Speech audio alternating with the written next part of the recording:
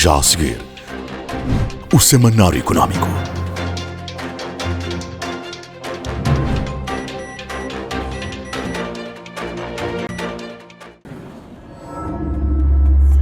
BNI, milhões de braços, uma só força.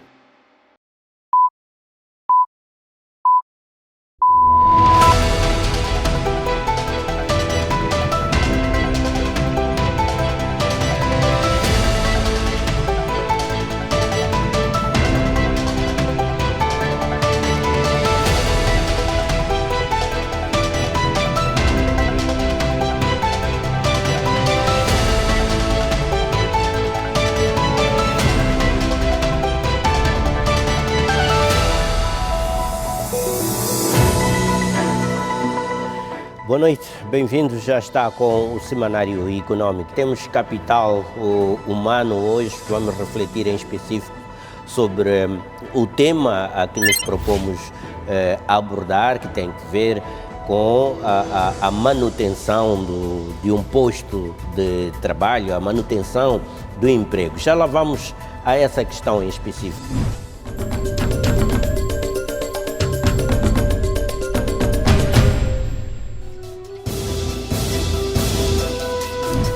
Concessionários dizem que acesso a carros novos pela maioria da população passa por uma solução financeira ou então fiscal. Temos que nos concentrar mais com a autoridade para tentar fazer com que os nossos produtos sejam tributados de uma forma justa para termos uma oferta para o cidadão moçambicano. Bolsa de Valores de Moçambique diz que Finanças Aplicadas é um curso que o país precisa para acompanhar o atual desenvolvimento do mercado. É uma determinante fundamental para o desenvolvimento sustentável e integrado das empresas. Garimpo ilegal de rubis é um perigo para o dumping do produto no mercado internacional, diz a Montepuez Ruby Mining. Enquanto nós tivermos alguma atividade crescente do garimpo ilegal e por consequência de comercialização ilegal de rubis, obviamente que o risco de termos no mercado com algum material que entra por vias legais é extremamente alto.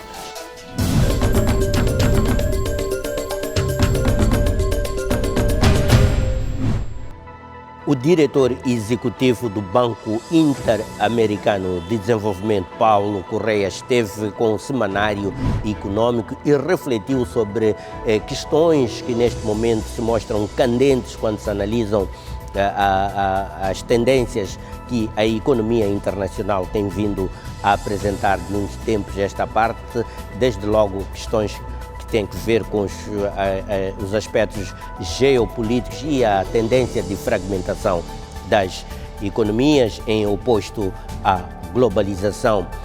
Paulo Correia refletiu sobre estes temas e muito mais à volta daquilo que tem sido esta preocupação do Sul global de emergir como uma força preponderante no cenário econômico internacional.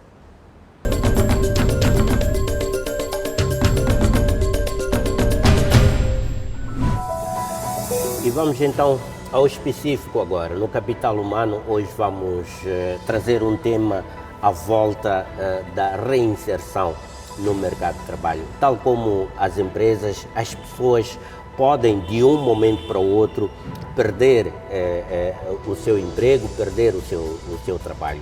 Como é que este profissional pode se reiniciar? Como é que pode adotar atitudes resilientes que lhe permitam superar esta situação e voltar ao mercado de trabalho, eventualmente até em muito melhor nível? Vicente Sitoé, temos aqui esta situação hoje, a reinserção no mercado de trabalho. Sim. Esse é um problema particularmente notório no nosso mercado de trabalho nos dias de hoje. Sim, nós nunca tínhamos vivido uma situação semelhante como quando se decretou força maior em Cabo Delgado e houve muita gente que voltou ao mercado de trabalho. Portanto, aquilo é um exemplo do que é que pode acontecer em termos de massa. Mas individualmente, sim, temos visto muita gente a precisar de se reinserir no mercado de trabalho, ou porque ficou fora por algum motivo de saúde, ou porque teve que se desligar por vontade própria ou não sem ter uma outra oportunidade de fora e tem que ir atrás dessa nova oportunidade, ou porque a empresa teve que reduzir a mão de obra por conta de alguma crise ou financiamento ou qualquer coisa desse género. Portanto, é um cenário comum no nosso mercado de pessoas terem que se reinserir no mercado de trabalho. O que é que se recomenda a uma pessoa que de um momento para o outro, de forma inesperada, perdeu o seu emprego, perdeu o seu trabalho? Quando a pessoa se preocupa na reinserção só quando perdeu, já está a se preocupar um bocado tarde. Porque todo profissional deve começar ou deve pensar no seu valor do mercado, na capacidade de se reinserir mesmo quando estiver a trabalhar. Ou seja, onde estiver a trabalhar, tem que desempenhar tão bem as suas funções, por forma que ele se torne apetecível para as demais empresas, por forma que o seu valor profissional aumente. Como é que isto acontece? É desenvolver um network próprio. Enquanto eu estiver a trabalhar numa determinada empresa ou organização, eu devo ir desenvolvendo um network à minha volta de temas interessantes ou de temas do meu interesse. Devo ter um plano meu de autodesenvolvimento com formações, workshops, diferentes atividades que eu faço para me tornar competitivo no mercado. Atenção que eu estou a fazer isso enquanto estou empregue. A outra questão é ir conhecendo o mercado de trabalho, saber quais são as empresas concorrentes, as empresas que costumam recrutar um perfil idêntico ao meu, como é que as pessoas lá nessas empresas se comportam, quais são os perfis, o que é que estas empresas procuram, e ir às instituições de qualificação, de formação, para obter estas certificações, estas habilidades. Aí, quando acontecer um cenário em que eu tiver que me reinserir, eu estou em vantagem comparativamente àqueles que não fizeram, que não tomaram este caminho. Deixa de ser reinserção, passa a ser mudança. Passa a ser mudança. Passa a ser uma transferência de um empregador para o outro. É verdade que não é automático e não vai acontecer de dia para a noite, mas se alguns demoram 6 meses para conseguir reinserção, eu talvez demore 2 meses, 3 meses, portanto ligeiramente menos tempo. Então o que eu aconselho sempre às pessoas é: onde estiveres a trabalhar, pense sempre que amanhã não estarás aí e vais precisar de ir para o outro lado. Um profissional que atende muito bem os seus clientes, desenvolve uma relação de proximidade, conhece os clientes ou alguns dos clientes pelos nomes, atende os telefonemas dos clientes, faz todo o acompanhamento que é necessário. E pelo mesmo motivo, ele vai precisar de se reinserir, ou porque terminou o contrato, ou porque foi demitido por alguma situação que não vem aqui ao caso.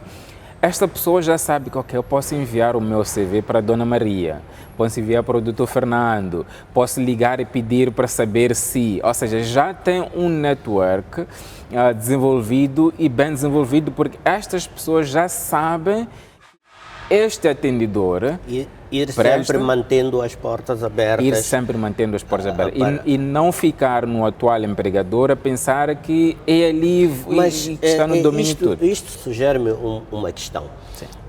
Ao desenvolver esse tipo de compostura, não estará este profissional a não ter a devida focalização no seu trabalho? Isso não pode comprometer com o seu desempenho, a sua produtividade, na medida que, ao mesmo tempo, está-se a mostrar muito disponível, muito oferecido ao mercado de trabalho? Quando me qualifico, vou ser útil também para o meu atual empregador e reduzo as chances de precisar de me reinserir. Pelo contrário, vou ser convidado se aparecer alguma oportunidade. Segundo, quando eu presto um bom atendimento, por um exemplo que eu dei, estou a prestar este atendimento em nome do meu empregador. E os empregadores sabem que atendo bem a um cliente, vou atender os outros, estou a trazer mais negócio, mais receita para casa. Agora, o que acontece amanhã não depende nem de mim, nem do meu empregador. É a situação normal do mercado. Acha que é mais fácil ser reinserido ou inserido no mercado de trabalho? É mais fácil ser reinserido do que inserido, porque infelizmente as oportunidades de inserção, principalmente para a primeira experiência de trabalho, são mais escassas. Portanto, um profissional com experiência de trabalho, que conhece o mercado tem muito mais chances de se reinserir quando precisar. Quando um profissional está sempre a se reinserir, deixa também de ser apetecível para o mercado, ou não? Para alguns setores deixa de ser apetecível porque é como se estivesse a brincar, porque imagina, está a trabalhar numa seguradora, saiu para outra, ganhou 10 mil meticais a mais, saiu para uma terceira, mais 15, ou seja... Mais 500 meticais. Yeah. Então, este profissional também pode perder o seu valor. Noutros setores, não, porque depende dos motivos. Nem sempre a pessoa vai mudando de empregador por vontade própria. E também as pessoas têm a liberdade, tanto a empresa pode gostar e deixar de gostar de um trabalhador, como também o profissional pode gostar e deixar de gostar do empregador. Vocês que analisam currículos por inerência profissional e o fazem com uma certa especialidade, não raras vezes analisam este aspecto da variação por um determinado período de tempo de um determinado colaborador. Sim. Digo de outra forma, se uma pessoa em 5 anos teve 5 empregos e uma outra pessoa em 5 anos teve um único emprego, a tendência é de se olhar para este que manteve-se fiel no emprego por 5 anos do que aquele que em 5 anos já teve 5 empregos. Há esta tendência, mas vai depender muito do setor para onde novamente depende do setor. Porque, se não vejamos, imagina que este colaborador, eu preciso dele para trabalhar com uma questão de mercados. Naturalmente, ele já conhece a cultura da empresa A, a cultura da empresa B, então, para mim, ele pode ser uma vantagem, mas nas entrevistas ele vai ter que me justificar muito bem o porquê ter ficado pouco tempo em cada uma delas. Então, vai depender da justificação que ele me vai dar. Aí sim, a justificação pode ser plausível ou não. Vicente Sitoé, há uma aceitação, portanto, de que é uma tendência contemporânea esta mobilidade, cada vez maior mobilidade deste ativo que é o capital humano. Sim, né, sim. Há uma aceitação, há cada vez mais aceitação.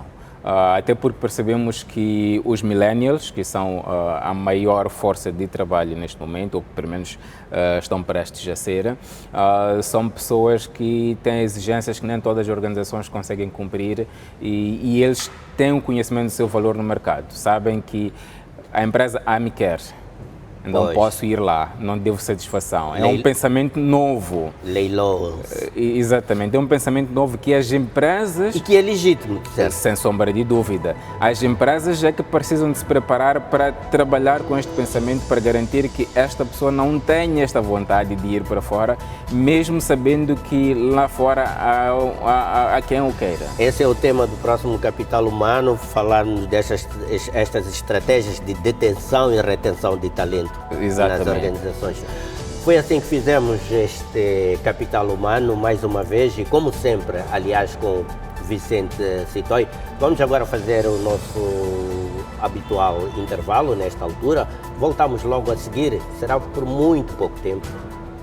Este é o Semanário Econômico.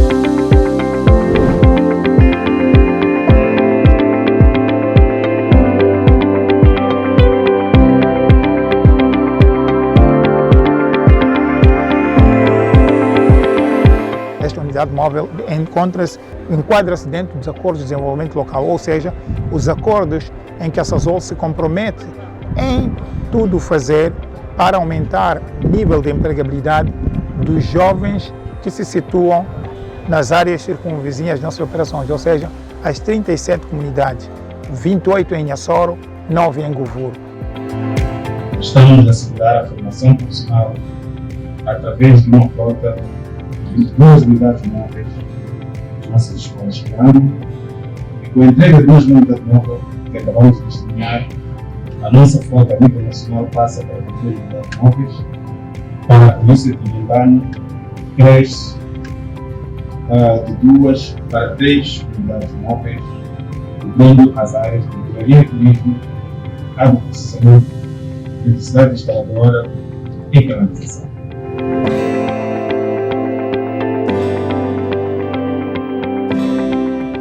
Continuaremos a trabalhar em estreita coordenação com as entidades públicas e privadas para trazer soluções reais e palpáveis para os nossos adolescentes e jovens, do Rovuma ao Maputo, do Zombo ao Índico, tal como é o caso da aproximação da formação profissional ao jovem na localidade, que hoje testemunhamos.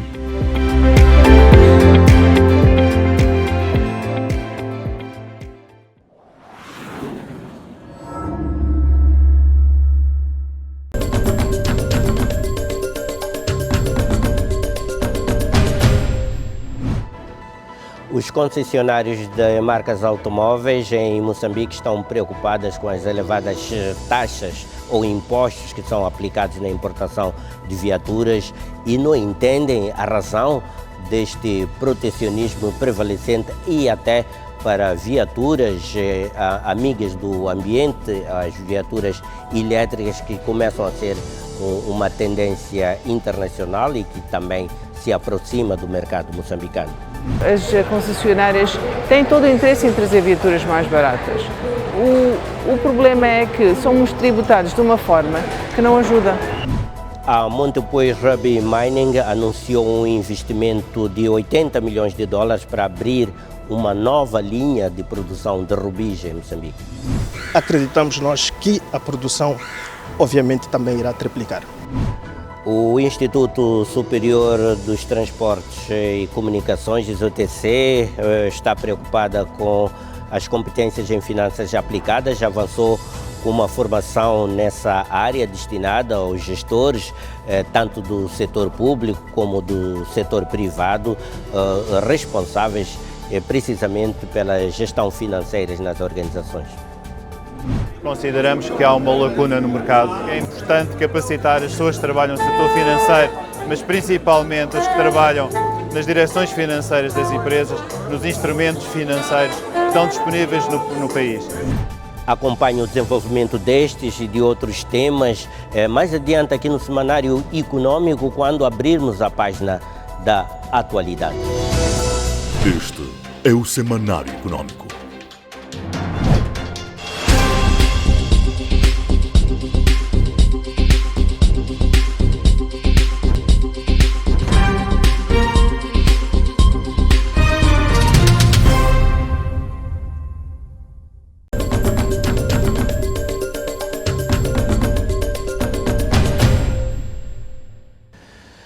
O Banco Africano de Desenvolvimento anunciou uma linha específica de financiamento para fertilizantes, orçado em cerca de 55 milhões de dólares. Trata-se de uma iniciativa no contexto de um programa com duração de 3 anos que deverá impactar entre 300 e 400 mil pequenos agricultores por todo o país. Menos de 5% é o atual índice de uso de fertilizantes em Moçambique. Dados disponíveis em estudos promovidos pelo Ministério da Agricultura revelam que este nível de uso de fertilizantes está muito abaixo da média global da África subsaariana, com 8 kg por hectare, e é igualmente inferior aos índices do continente africano, com 20 kg por hectare, e muito aquém de outros países em desenvolvimento, tais como o Egito, mais de 300 kg por hectare, Bangladesh, mais de 110 kg por hectare, e Paquistão, com igual índice, ou seja, também com 110 kg por hectare. Segundo indicam os mesmos estudos, o baixo índice de uso de fertilizantes do país por parte dos pequenos produtores agrícolas deve-se, entre outros fatores, à falta de incentivo para o seu uso, fraca irrigação e prática de agricultura de sequeiro. Outra razão prende-se à fraca estruturação de mercado para as culturas alimentares e, no caso, avança-se como exemplos a existência de zonas com excedente de milho no norte do país, que estão longe dos principais mercados no sul. Parece que não, o fertilizante é o insumo agrícola que tem maior peso em termos de custos. E então, este peso não só se reflete ao nível do comerciante do insumo agrícola, mas também ao nível do produtor. Para já, são insuficiências que poderão ser mitigadas através do Programa de Financiamento em Fertilizantes para uma Agricultura Sustentável em Moçambique, recentemente lançado em Maputo. O programa é uma iniciativa conjunta do Banco Africano de Desenvolvimento e African Fertilizer Agribusiness Partnership, esta última organização não-governamental dedicada a facilitar e aumentar o acesso a insumos por parte de pequenos agricultores para o incremento da produção e da produtividade agrícola. Este programa tem objetivo principal de aumentar o acesso de fertilizantes através da concessão de garantias a fornecedores de fertilizantes que poderão, por seguida, estender a crédito concessional de fertilizantes aos vários atores por debaixo da cadeia. Estamos a falar de comerciantes, grossistas de insumos agrícolas e de detalhistas de insumos agrícolas. Não só vamos desenvolver a cadeia de fornecimento de fertilizantes, mas vamos também incluir pacotes tecnológicos, um pacote tecnológico que inclui a semente, os produtos para a proteção de culturas. Em balanço das suas intervenções em Moçambique, o Banco Africano de Desenvolvimento afirma que já investiu nos últimos 5 anos cerca de 328 milhões de dólares. O montante foi distribuído pelos diferentes setores da atividade econômica do país, desde a área das infraestruturas, agricultura, meio ambiente e desenvolvimento empresarial. O Banco Africano de Desenvolvimento diz que está a transformar o setor do agronegócio com seus investimentos. O banco destaca as áreas da adaptação ao clima, infraestruturas, novas tecnologias e acesso ao mercado, como sendo aquelas que mais registram mudanças significativas. These are impacts that are touching the lives of ordinary Mozambicans and increasing food supply for Mozambicans.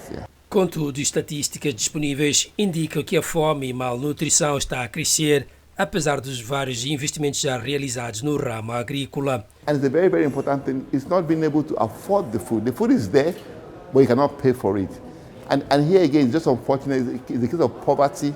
Caso de pobreza que merece investimentos adicionais. We have to think of social programs, especially homes grown school feeding program that feed children a decent meal every day, simply because their parents cannot afford the food, but at least the children can eat when they go to school. Para os próximos 3 anos, o Banco Africano de Desenvolvimento diz estar a desenhar um novo pacote de financiamento.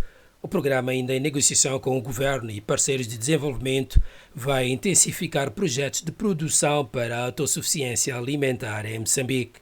We want Mozambique to be a net producer of food, net exporter of food. Produce enough food for its citizens and export the rest. We are still negotiating in the amount with government. Yeah, so I can't give you a figure now. O Instituto Superior de Transportes e Comunicações, em parceria com a Bolsa de Valores de Moçambique, anunciou um programa de formação para executivos na área de finanças aplicadas. O objetivo das duas instituições nesta ação conjunta é precisamente reforçar competências dos gestores financeiros, tanto das instituições do setor público como do setor privado, em áreas de gestão financeira e outros aspectos contemporâneos aos desafios da área no contexto atual da economia. A escala no conhecimento e no domínio de novas ferramentas de gestão é uma necessidade cada vez mais premente na realidade económica de Moçambique. Houve este desafio que o IZTC nos lançou, não é um programa de finanças aplicadas, e nós achamos que era uma boa base para que os quadros moçambicanos de várias instituições pudessem aprimorar, pudessem consolidar os seus conhecimentos em matérias tão diversas como o mercado financeiro, o mercado cambial, o mercado monetário, o mercado de capitais, a questão das fusões, a questão do compliance, a gestão de risco, a questão de finanças empresariais, que são temáticas vitais para que possamos tornar as empresas mais robustas, para que tornamos as empresas mais viáveis mais lucrativas e mais competitivas. Para a Bolsa de Valores de Moçambique, a competitividade é cada vez mais determinada pela capacidade das empresas de implementarem nos seus processos operacionais instrumentos de rigor na sua atuação. Quer sejam micro, pequenas, médias ou grandes empresas, é ter capacidades gerenciais e as competências na área de gestão financeira, de gestão de risco, de compliance, são determinantes para qualquer empresa, qualquer organização que quer ser perene. A pouca disponibilidade de competências adequadas no mercado nacional limita o acesso das empresas a benefícios inerentes a produtos financeiros novos ou outros já desenvolvidos noutros mercados, contudo, ainda não devidamente explorados em Moçambique. E com estas ferramentas, as empresas tornam-se mais fortes, possam aceder a novos produtos inovativos, por exemplo, finanças sustentáveis, por exemplo, outros produtos financeiros como derivados, como swaps, como warrants, como obrigações municipais, obrigações de renda, certificados de depósito. São instrumentos financeiros que nós pretendemos introduzir no nosso mercado e temos que ter pessoas, quadros, gestores, técnicos abalizados para que as empresas tornem-se mais fortes. No programa de cursos específicos em finanças, a Bolsa de Valores de Moçambique é parceira da ISUTC, Instituto Superior dos Transportes e Comunicações, que implementa estas iniciativas. No caso específico de finanças aplicadas, a ISUTC revela a lacuna que o programa vem preencher.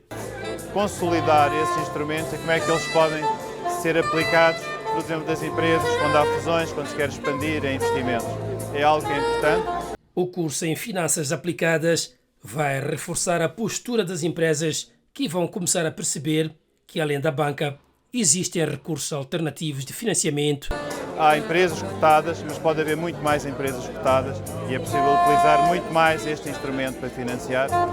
Mas a formação é fundamental para desenvolver, daí termos lançado este curso. Fundado em 1999, o ISUTC está ativo desde o ano 2000. Na sua atuação no mercado de ensino, esta instituição privilegia a formação nas áreas dos transportes e comunicações. Também forma quadros nos ramos de engenharia e de tecnologia. A gestão, economia, ciências sociais e infraestruturas são igualmente partes do pacote de ensino pela relevância que tem no processo do desenvolvimento econômico, humano e social de Moçambique. As concessionárias nacionais de marcas automóveis estão preocupadas e dizem-se mesmo agastadas com o que consideram de elevadas taxas praticadas na importação de veículos, incluindo veículos elétricos. As concessionárias não entendem efetivamente por que razão estas taxas protecionistas estão a ser aplicadas num contexto em que Moçambique não tem propriamente uma indústria nesta área e o fato também mais grave ainda é que está a impedir, segundo dizem, um maior acesso por parte dos cidadãos nacionais de uma viatura 0 km, que logo oferece mais durabilidade, segurança e perspectivas de manutenção a longo prazo asseguradas. Em Moçambique, 15 concessionários integram o grupo de representantes de marcas de automóveis. Trata-se de um importante setor de atividade, com alguns membros já estabelecidos há décadas no mercado, sendo por isso bem conhecedores do ambiente em que operam. Numa avaliação ao atual estágio do negócio no seu ramo, os operadores apresentam várias situações que caracterizam o curso das coisas, uma delas ligada à importação de viaturas de segunda mão. Nós não temos transportes públicos que dão essa possibilidade. Nesse sentido, entendemos perfeitamente, como falamos anteriormente, que é necessário a importação de viaturas que deem para o público-alvo. Qual é a situação que nós não gostaríamos de ver? É importação de viaturas que não são impróprias para uso nas nossas estradas. Dados do Instituto Nacional de Transportes Terrestres e na Terra indicam que Moçambique importa cerca de 40 mil carros usados por ano, ou seja, 8 mil vezes mais do que o que os 15 representantes de marcas vendem num só ano. O nosso melhor ano foi 2015. tivemos o mercado mais alto e depois tivemos certas crises políticas e económicas que fez com que o nosso mercado baixasse muito. Neste momento, o ano passado vendeu-se à volta de 5 mil viaturas novas. São 10% das viaturas importadas para o país. Quer dizer que são 50 mil viaturas no país, dessas só 5 mil são novas. Se for haver um concessionário em qualquer outro país, um único vende 5 mil viaturas. E isso é o nosso mercado na sua totalidade. Os concessionários gostariam de vender mais, mas dizem que existem imposições que tornam este desejo difícil de ser alcançado. Estamos a seguir as leis, estamos a trazer as viaturas com as faturas certas, a seguir todos os trâmites legais de importação e estamos a ter tributados de uma forma que faz com que as viaturas não são acessíveis para o público-alvo.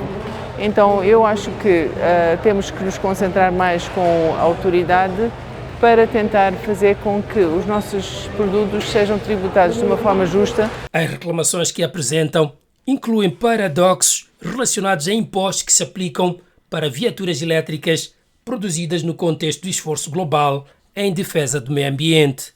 Porque é que temos uma viatura que poderia estar a fazer um trabalho sem poluir o nosso ambiente, já que nós temos energia limpa, hidroelétrica? Porque é que não vamos tributar essa viatura de uma forma punitiva?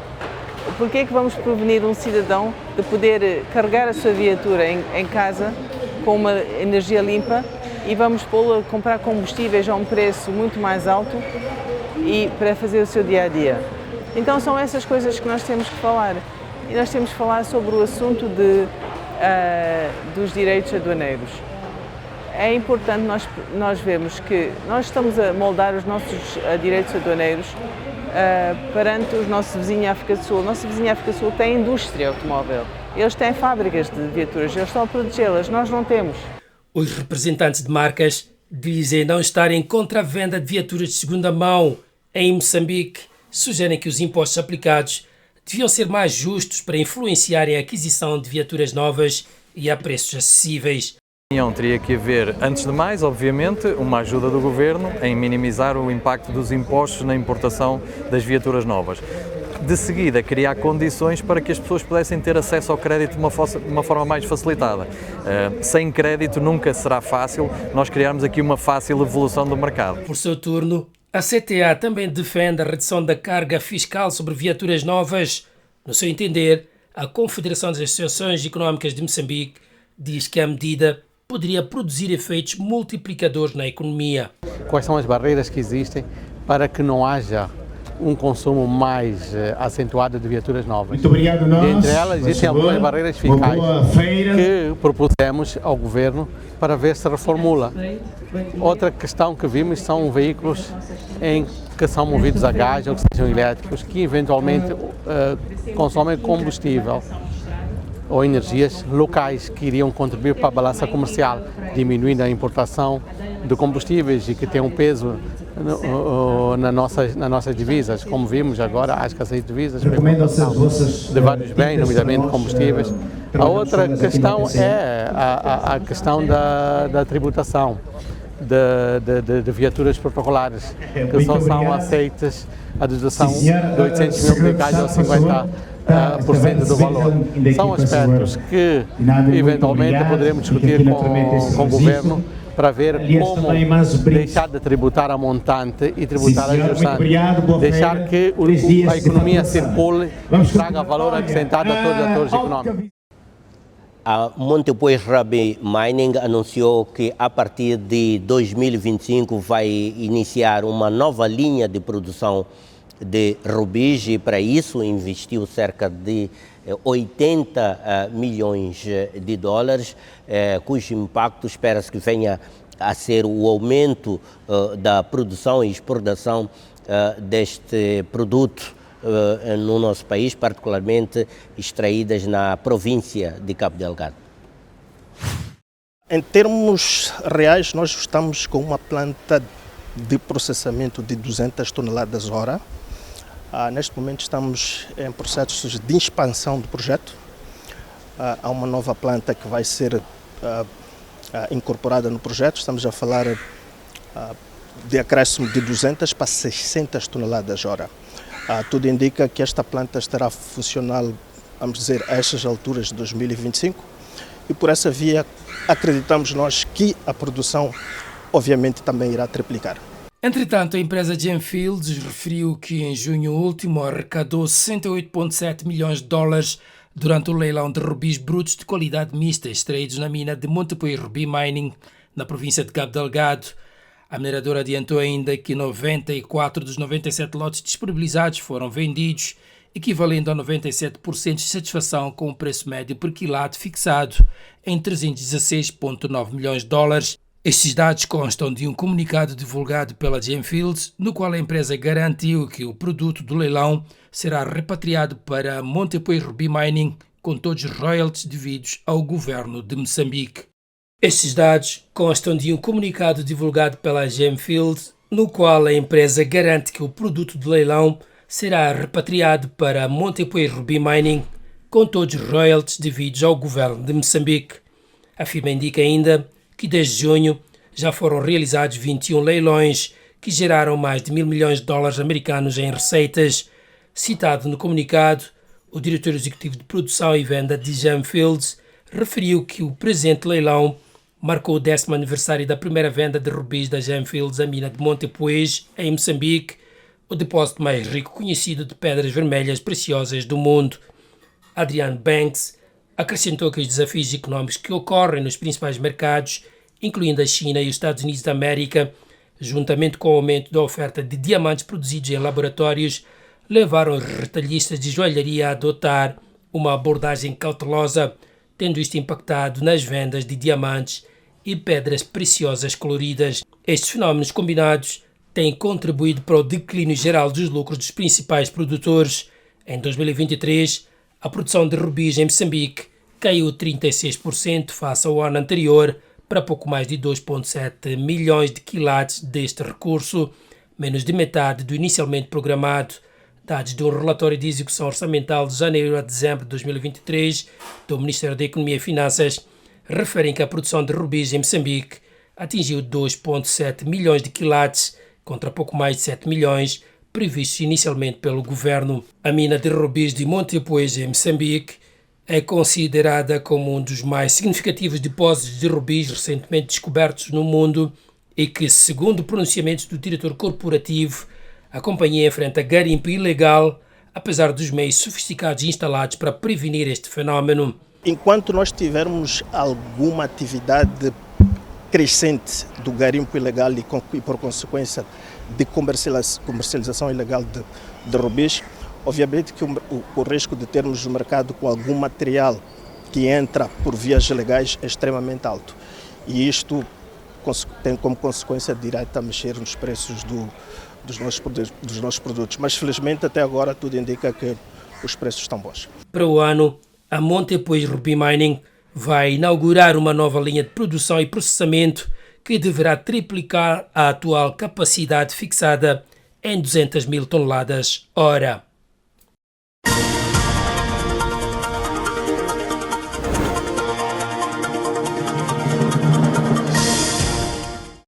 No plano internacional, começamos com a notícia de que o Banco Mundial, na sua atualização sobre as perspectivas de crescimento econômico, observa que este crescimento se estabilizou nos últimos 3 anos, o que representa, de fato, um indício de um processo de recuperação da economia mundial, embora essa recuperação seja frágil ou tênue. O aumento alarmante do peso da dívida global exige reformas urgentes nos sistemas financeiros internacionais para salvaguardar um futuro próspero para as pessoas e para o planeta, alerta a Organização das Nações Unidas, ONU.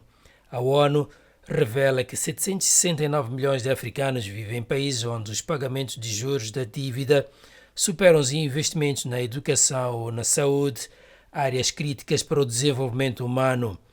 No novo relatório divulgado a 4 de julho, as Nações Unidas soaram o alarme sobre a escalada de peso da dívida para a prosperidade global. Intitulado Um Mundo de Dívida 2024, um fardo crescente para a prosperidade global.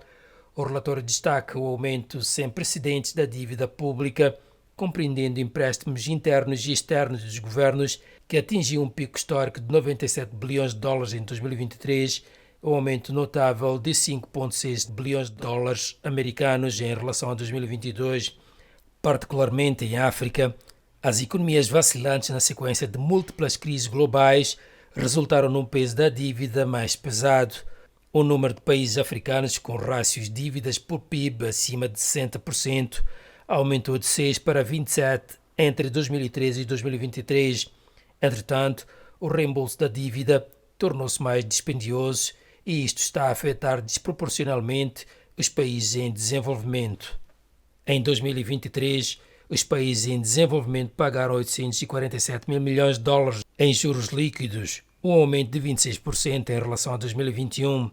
Contraíram empréstimos internacionais a taxas 2 a 4 vezes superiores às dos Estados Unidos e 6 a 12 vezes superiores às da Alemanha. E desta forma, com as notícias internacionais, fechamos o nosso bloco de atualidades. É tempo agora de observarmos uma curta pausa, muito curta mesmo, não saia daí.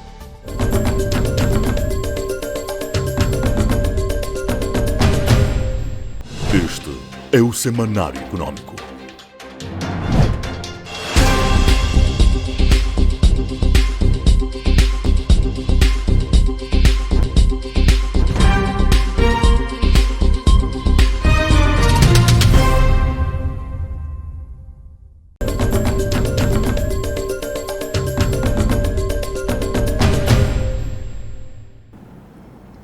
O Dr. Paulo Correia, que é diretor executivo do Banco Interamericano de Desenvolvimento, escalou Maputo para uma série de contactos e trocas de experiências entre a instituição que representa e diversos setores da estrutura da sociedade moçambicana, entre organizações da sociedade civil e até mesmo o setor privado.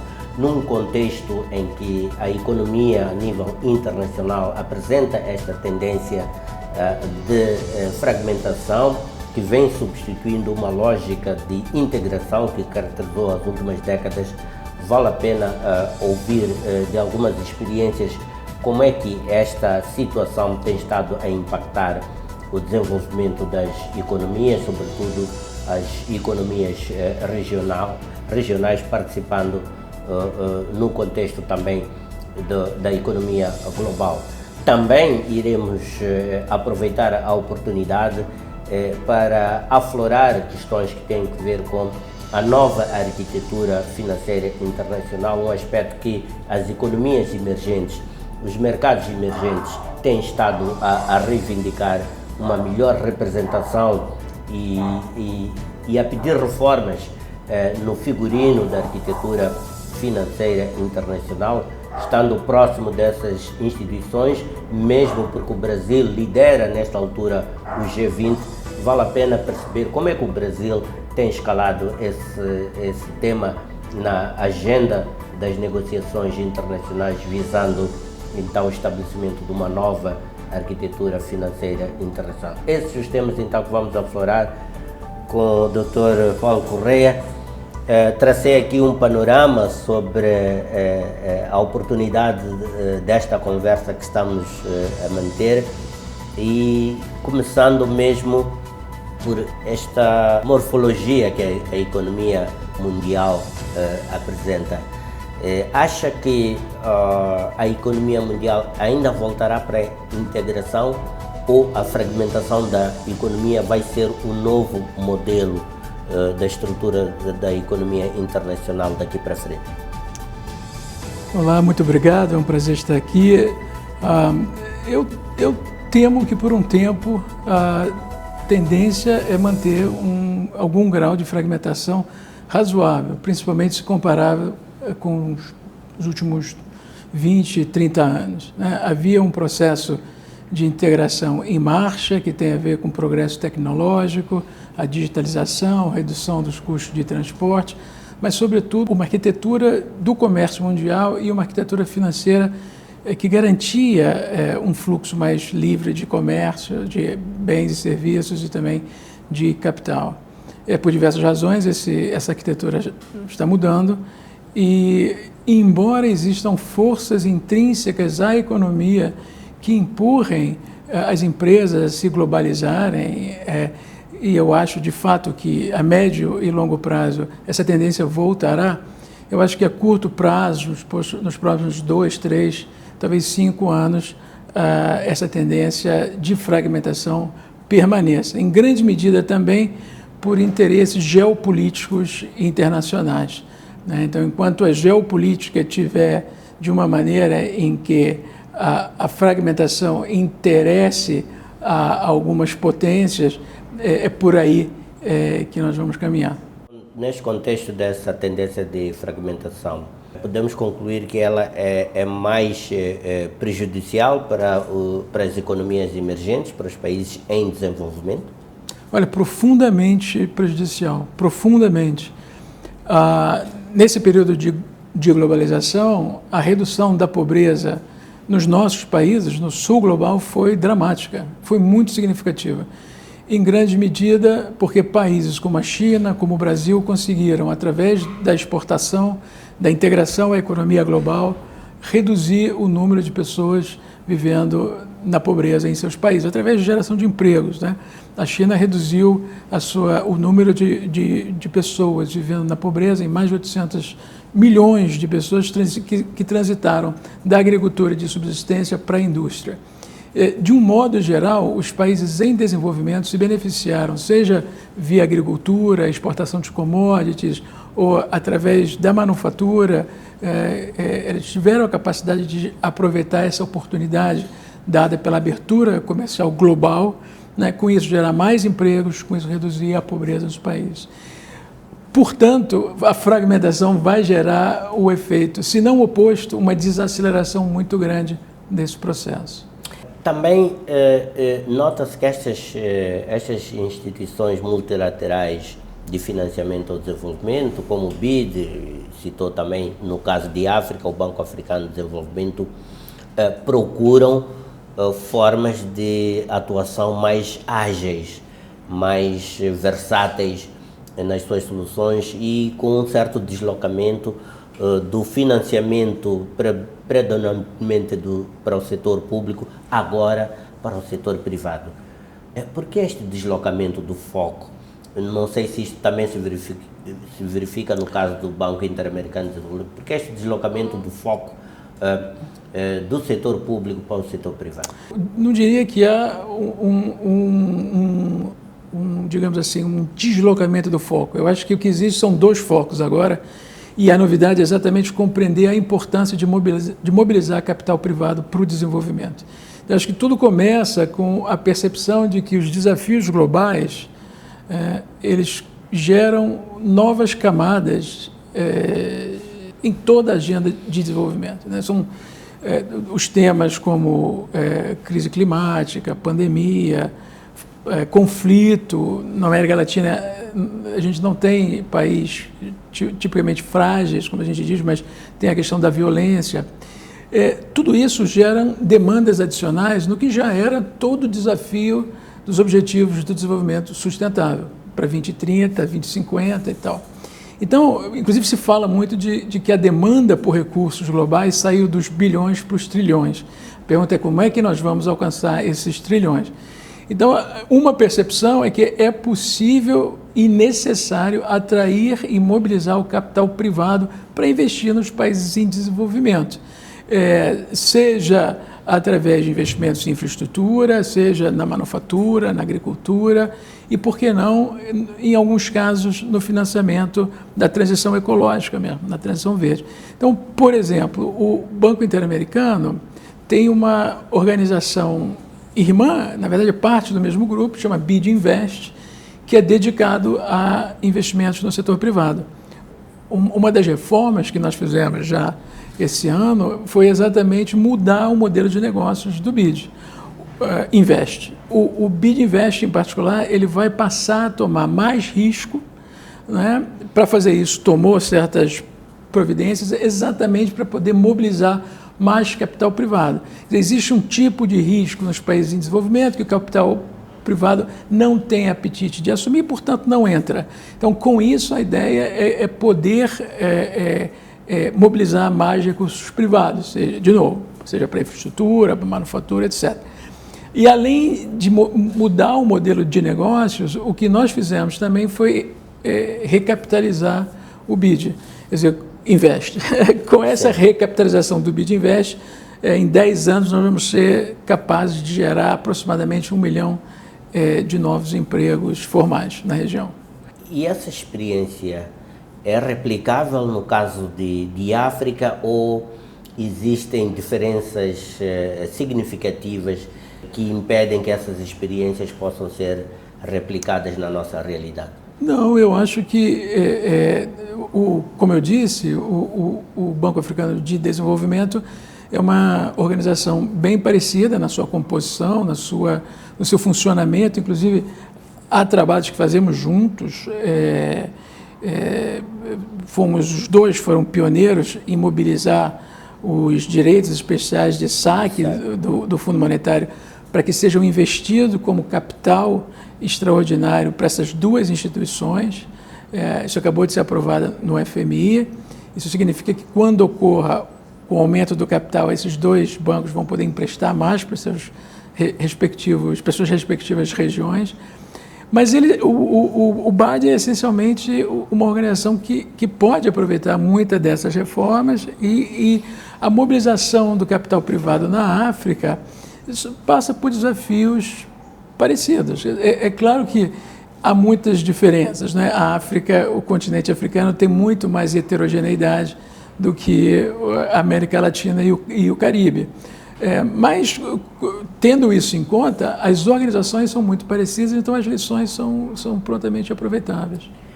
Tendo em conta este contexto em que o acesso ao financiamento está cada vez mais difícil, sobretudo para o setor privado, isso não é uma barreira ou não torna esta mobilização do capital privado inoportuna nesta altura em função desta realidade que se vive hoje de dificuldade do próprio setor privado de se financiar? Então, a ideia é que tanto esses bancos multilaterais sirvam para viabilizar esses investimentos, ajudem a viabilizar esses investimentos. Então, aqui a ideia é que o setor privado possa investir nos países em desenvolvimento para ter retorno, né? Então, eu acho que é um pouco ganha-ganha, uma situação ganha-ganha.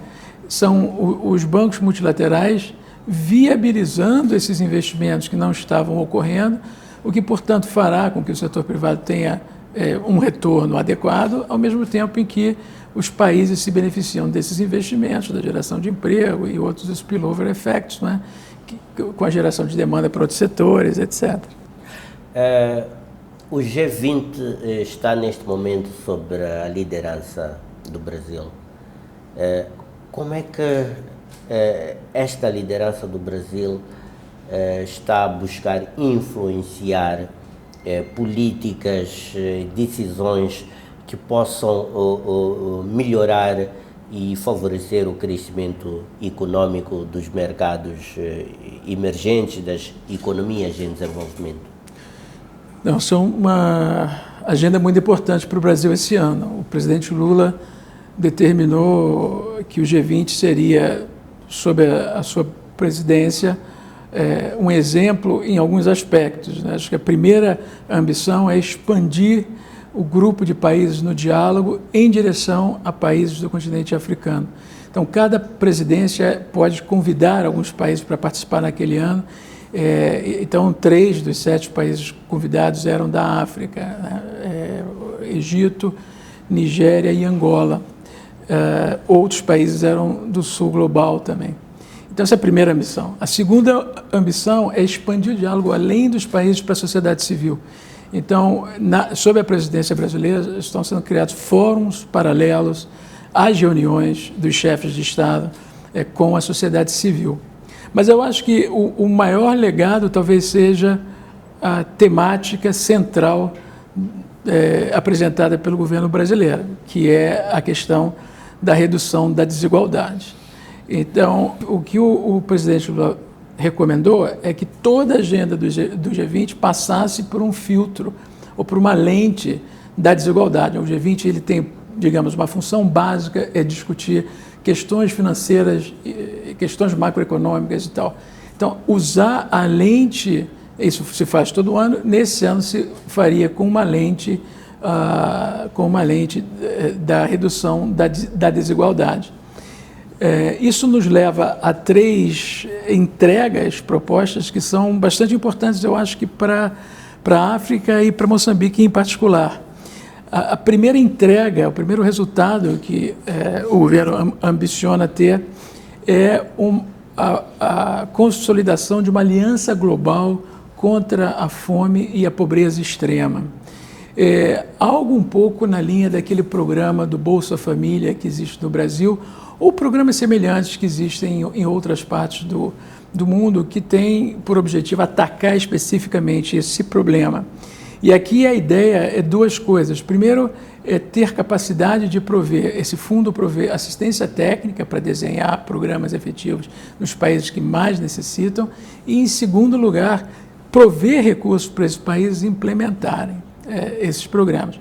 Para isso, outra discussão que se junta a essa é uma discussão de tributação dos super ricos.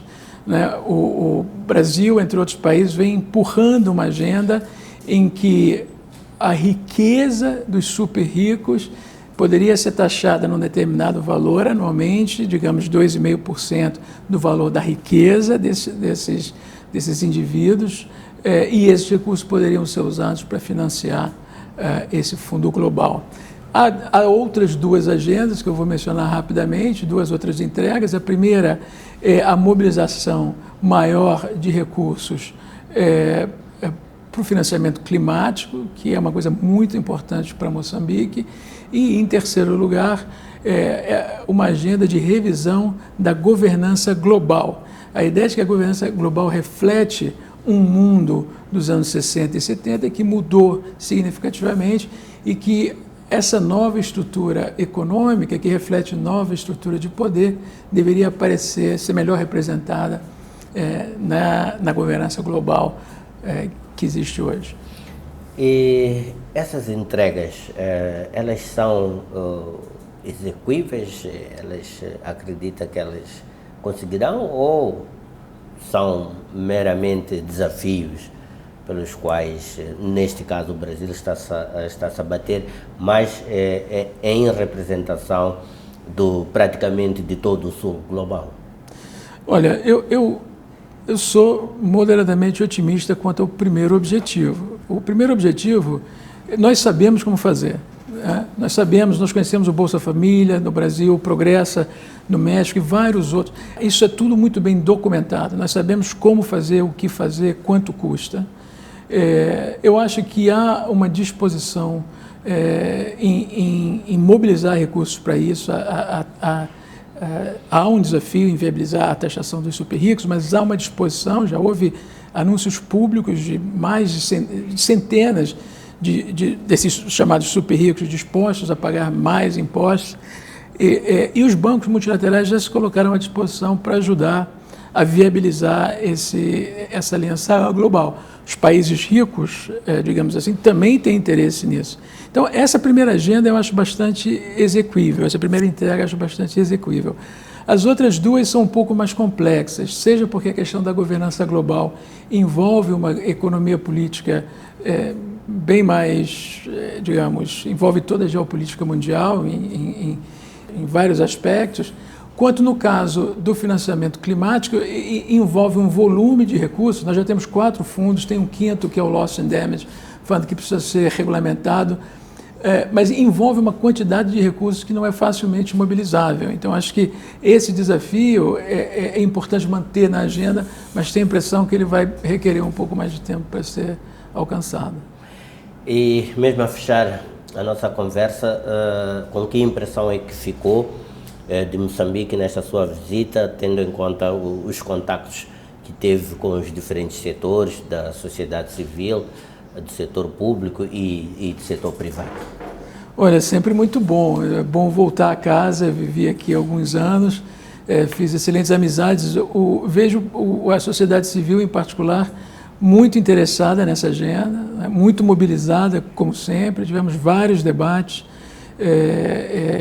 sempre com uma participação muito ativa com relação a essa agenda, procurando entender, por exemplo, por que Angola foi convidada e Moçambique não foi, um pouco tentando entender em que medida que Moçambique pode se beneficiar dessas entregas. Então, no caso da Aliança Global contra a Fome, por razões das características do país, um Bolsa Família não cabe no orçamento, na verdade não cabe nem no PIB, nem no produto inteiro do país, né? Quer dizer, representaria uma larga parte desse produto. Então, houve um debate de como é que esses recursos poderiam ser, uma vez disponíveis, mobilizados para gerar um tipo de programa como esse aqui.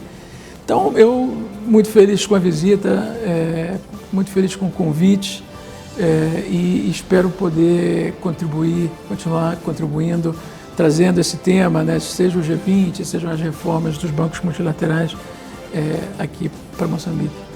Paulo Correia, muito obrigado por este tempo e desejo-lhe os maiores sucessos pela frente na sua missão aqui em Moçambique e também, particularmente, ao nível do Banco Interamericano de Desenvolvimento que representa. Muito obrigado. E fizemos o nosso tema de fundo esta semana. É tempo para chamarmos um breve intervalo. Voltaremos ao programa logo a seguir.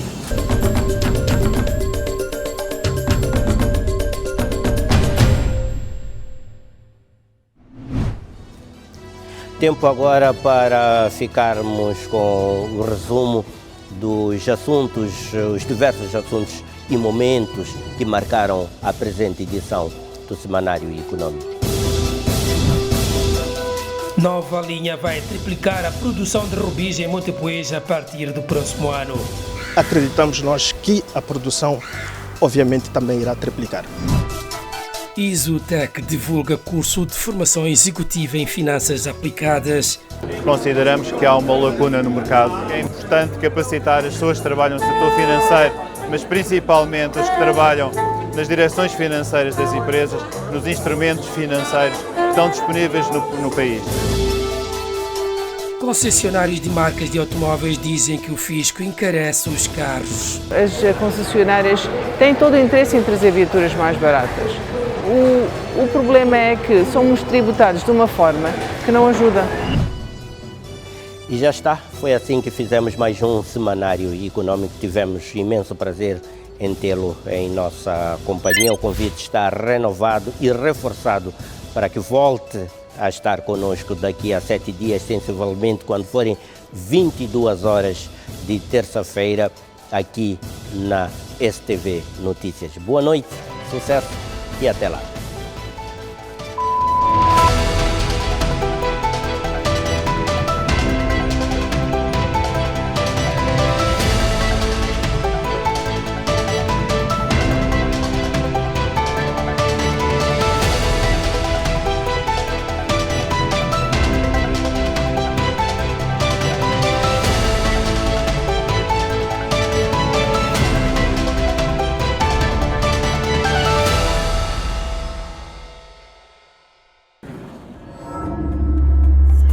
PNI, milhões de braços, uma só força.